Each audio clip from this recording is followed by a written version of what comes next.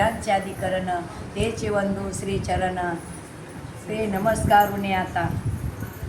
आज पुण्यपवित्र अशा पावन दिनी आज संत श्रेष्ठ सावतामाळी यांची पुण्यतिथी आहे आणि त्या पुण्यतिथीच्या निमित्ताने ठिकठिकाणी मोठमोठे उत्सव साजरे होतात। संतांचे चरित्र श्रवण केल्या जातात, सांगितल्या जातात। संतांच्या चरित्राला खूप काही महत्त्व आहे। तुकाराम महाराज म्हणतात, तुका म्हणे पापे जाती संतांचे जपे। ज्या वेळेला आपण संत चरित्राचं वर्णन करतो त्यावेळेला आपल्यामध्ये असणारे पाप ताप आदी व्याधी याचं निरसन होतं। म्हणून संतांचे चरित्र वर्णन करण्याला खूप काही महत्त्व आहे। देवाच्या चरित्र वर्णन केल्याचा आनंद होत नाही, पण संतांचं चरित्र वर्णन केलं तर देव खुश होतात। त्यांना संतांचं चरित्र ऐकायला आवडतं आणि वर्णन केलेल्या भक्ताची सुद्धा त्यांना म्हणजे खूप आवड निर्माण होते। असंच आपण सावता महाराजांच्या चरित्राचं वर्णन करणार आहोत। देवाला का संतांचं चरित्र आवडतं, कसं आवडतं सांगायचं झालं, आपण समजा एखाद्या महिलेच्या घरी गेलो, आपण त्या महिलेची खूप स्तुती करतो। तू खूप सुंदर आहेस, तू खूप छान आहेस, सुगरण आहेस, घर तुझं सुंदर आहे, असं अनेक स्तुती शब्दरूपात आपण तिची करतो। पण त्यावेळेला तिला असं विशेष काही कौतुक वाटत नाही। आणि ज्या वेळेला आपण तिचं छोटंसं बाळ असतं, ते देखणं असो नाही तर कुरूप असो, आपण त्याचं वर्णन करायचं, बाई तुझा मुलगा किती गोंडस आहे, किती सुंदर आहे, किती देखणा आहे, राजबिंडा आहे, मदनाचा पुतळा आहे। ज्या वेळेला आपण तिच्या मुलाचं कौतुक करतो त्यावेळेला तिला एवढा आनंद होतो ना, त्यावेळेला ती तुमचं एवढं आगत स्वागत करते। ती तुम्हाला चहा पाण्याचंच नाही तर ती जेवणाचं सुद्धा तुम्हाला निमंत्रण करू शकते। म्हणजे ह्याच्यातून काय सांगायचं मला, तिला तिची स्तुती केलेली आवडली नाही एवढी, पण तिने तिच्या मुलाची स्तुती केली त्यावेळेला ती खूप खुश झाली। तसं देवाची स्तुती केली तरी त्यांना आनंद होत नाही, पण संताचं ज्या वेळेला वर्णन करतो आपण त्यावेळेला देव खुश होतात। असंच आपण सावता महाराजांच्या चरित्राचं वर्णन करणार आहोत। तर त्यांच्या जन्मानी जो गाव पवित्र होते, त्यांच्या जन्मानी जे आईवडिलाची कुस पवित्र होते, असे सावता महाराज आहेत। धन्य ते आरण रत्नाची खाणं जन्मला निधान सावता। तो त्या आरण गावामध्ये सावता महाराजांचा जन्म झाला, तर त्या गावाचं नाव आज म्हणजे बोर्डावर येत आहे। सावता सागर प्रेमाचे आगर धरीला अवतार माळ्या घरी। म्हणजे हे सावता महाराज असे प्रेमाचा सागर आहे, अथांग भरलेला आहे। आपले संत आहेत ना, संत म्हणजे प्रेमाचं सागरच आहे। त्यांच्याकडं खट्या नट्या दुष्ट्या काही या, देवाकडं भेदभाव आहे, देवाकडं माझं तुझं आहे, सज्जन दुर्जन आहे, पण संताकडं नाही। संताकडं कसले जरी गेले तरी संत त्यांना आपलंसच करतात आणि त्यांना योग्यच मार्गदर्शन करतात। असे हे प्रेमाचे सागर आहेत। धन्य त्याची माता, धन्य त्याचा पिता, आणि साठवीला दाता त्रैलोक्याचा। म्हणजे ज्या सावता महाराजांनी त्रैलोक्याचा धनी हृदयात साठवलेला आहे, आपण त्याची पुढं कथा सांगूच आहे। अशा ह्या माता पित्याला सुद्धा नामदेव महाराज धन्यता देतात। नामा म्हणे त्याचा जन्म सफल झाला आणि वंश उद्धरीला माळीयाचा। म्हणजे त्यांनी गाव पवित्र केलं, आईवडील पवित्र केले, जात पवित्र केली। आता संताला जात नसतीच, फक्त त्या जातीत जन्माला आली एवढंच त्यांचा दोष आहे। संताला जर जात असती तर ते आज 18 पगड जातीला एकत्र घेऊन चालले नसते। फक्त आता ते जातीत जन्माला आले। उदाहरणार्थ नामदेव महाराज शिंपी समाजात जाती जन्माला आले, किंवा सावता महाराज माळी समाजात आले, चौखोबा हरिजन समाजात आले। अशा अनेक म्हणजे संताच्या जन्माला कुठं यावा हे महत्त्वाचं नाही, पण ज्या कुळामध्ये जन्माला आलो, ज्या जातीत जन्माला आलो त्या जातीला मोठं करणंसुद्धा एक संताचं महान कार्य।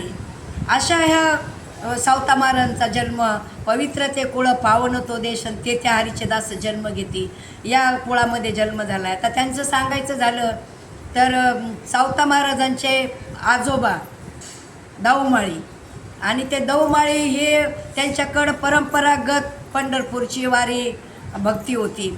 आणि पुढं चालून त्यांना 2 मुलं झाले ते दौमाळीला। 2 मुलं म्हणजे एक डोंगरोजी बाबा आणि एक परसोजी बाबा। ते डोंगरोजी बाबा थोडे मोठे झाले आणि ते वडिलांना म्हणे का मला तीर्थयात्रेला जायचे, परवानगी द्या। वडिलाला आनंदच झाला. मुलगा स्वतः होऊन म्हणतो मला तीर्थयात्रेला जायचं आहे. जा म्हणे. जे ते गेले ते परत आलेच नाही. आता राहिले फक्त सावता महाराजांचे वडील परसोजीबा. तेव्हा मग यांना भीती वाटायला लागली का आता जर पुन्हा हा बी मुलगा आपल्याला असंच करून सोडून गेला तर, म्हणून लहान वयातच त्यांचं लग्न करायचं ठरवलं परसोबाचं. त्यांचं लग्न झालं. त्यांना पत्नी पण धार्मिक भेटली. पुढं चालून मग ते दौबाबा पंढरपूरच्या वाऱ्या करत होते. मग त्यांनी एक वारीला सुनाला आणि मुलाला नेलं आणि त्यांनी सांगितलं का आता ह्या वाऱ्या काय माझ्याच्याने होत नाही, इथून पुढं वारीचं जे आहे परंपरा ही तुम्हाला चालवायची आहे.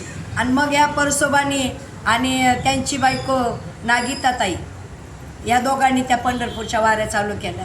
अशा वाऱ्या करता करता एक दिवशी असंच त्यांच्या लक्षात आलं का आपल्याला ही परंपरा चालू ठेवायला सांगितलेली, पण आता आपल्या मागं कोण वारी करेल?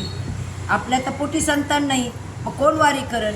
असे पांडुरंगाच्या समोर उभे येतं. एकाच वेळेला दोघाच्या मनात हा प्रश्न निर्माण झाला आणि हा प्रश्न पांडुरंग परमात्म्यापर्यंत पोहोचला. पांडुरंग परमात्म्याने विचार केला का यांचा प्रश्न योग्यच आहे आणि मग आता यांच्या पोटी संतान द्यायचं ठरलं.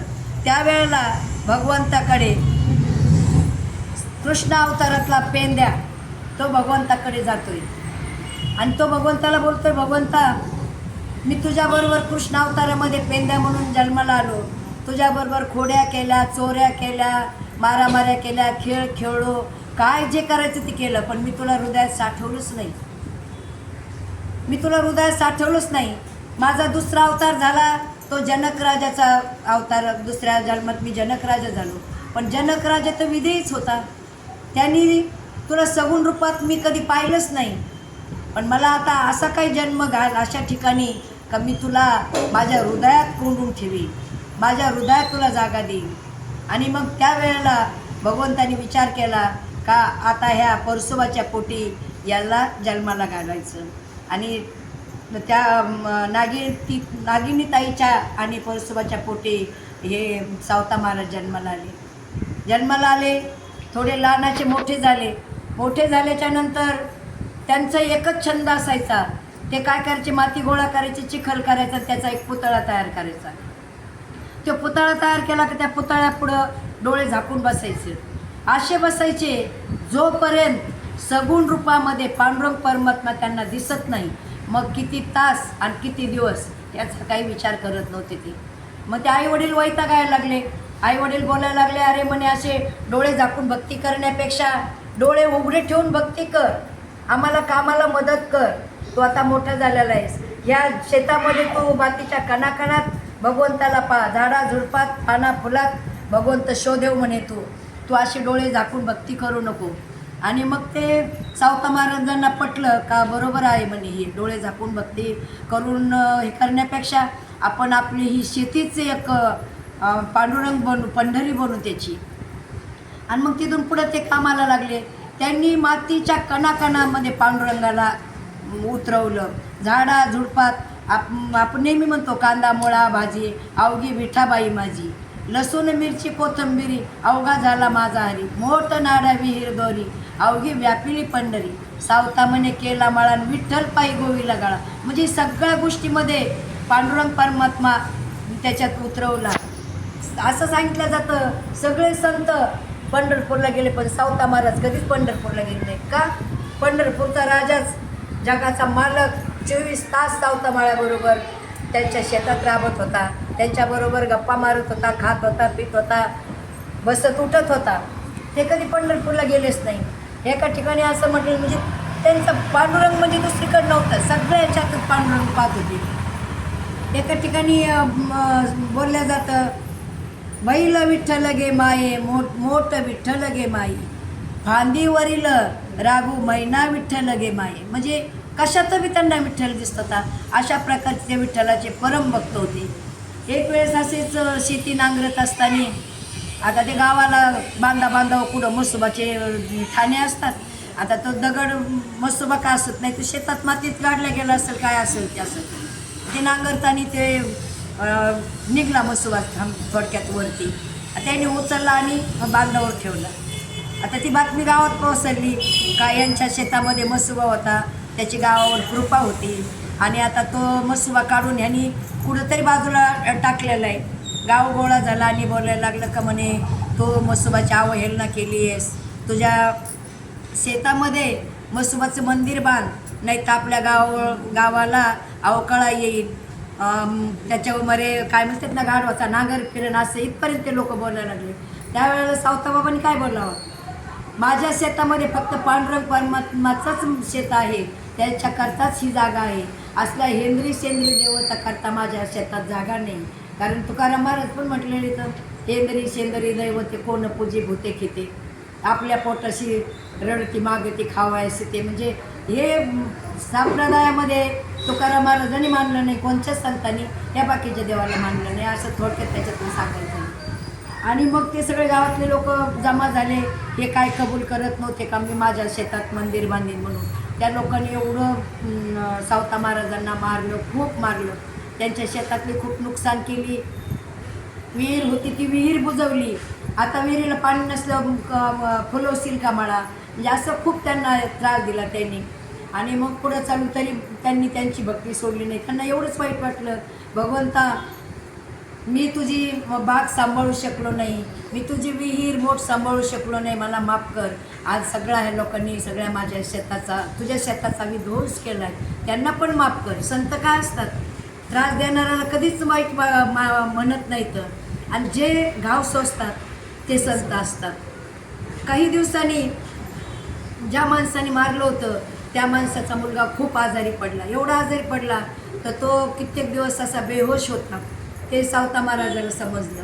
आता सावता महाराजांना जडीबुटीचं ज्ञान होतं.